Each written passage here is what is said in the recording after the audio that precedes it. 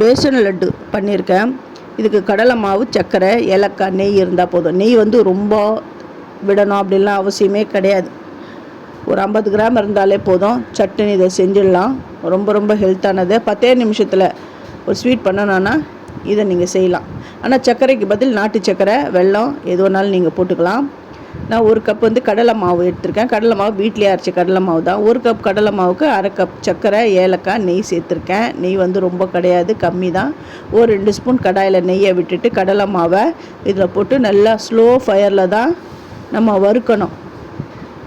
இதை வறுக்கும் பொழுது அந்த பச்சை வடை எல்லாமே போய்ட்டு அது கலர் மாறும். அந்த அளவுக்கு வறுத்தாலுமே போதும். இப்போ முந்திரி, திராட்சை வேணுன்றவங்க அது உங்கள் இஷ்டம்.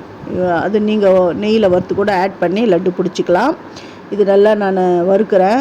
அது கலர் வந்து கொஞ்சம் மாறட்டும். ஆனால் கலந்து விட்டுக்கிட்டே இருக்கணும்.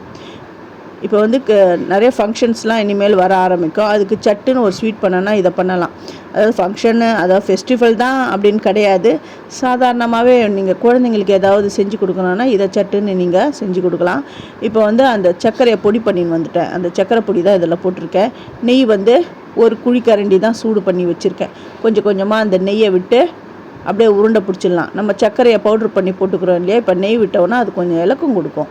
அப்போ கடன்னு எடுத்து லட்டு பிடிச்சிக்கலாம். நெய் சூடாக விட்ட உடனே கையெல்லாம் விட்டுடாதீங்க. அது கொஞ்சம் அப்படி விட்டு கொஞ்சம் கலந்து கொடுத்திங்கன்னா அது கொஞ்சம் அந்த சூடு கம்மியாகும். கை பொறுக்கிற சூடுக்கு அப்படி வந்துடும். வந்த உடனே டக்குன்னு லட்டு பிடிச்சிடலாம். இப்போ ஈஸியான பேசன் லட்டு வந்து நான் எப்படி பண்ணிட்டேன் பாருங்கள். இதோடைய கிளியர் டீட்டெயில் வேணும் அப்படின்றவங்க என்னுடைய சேது சித்ரா கிச்சனில் போய் பாருங்கள். நான் வீடியோவில் கிளியராக சொல்லியிருக்கேன். தேங்க்யூ.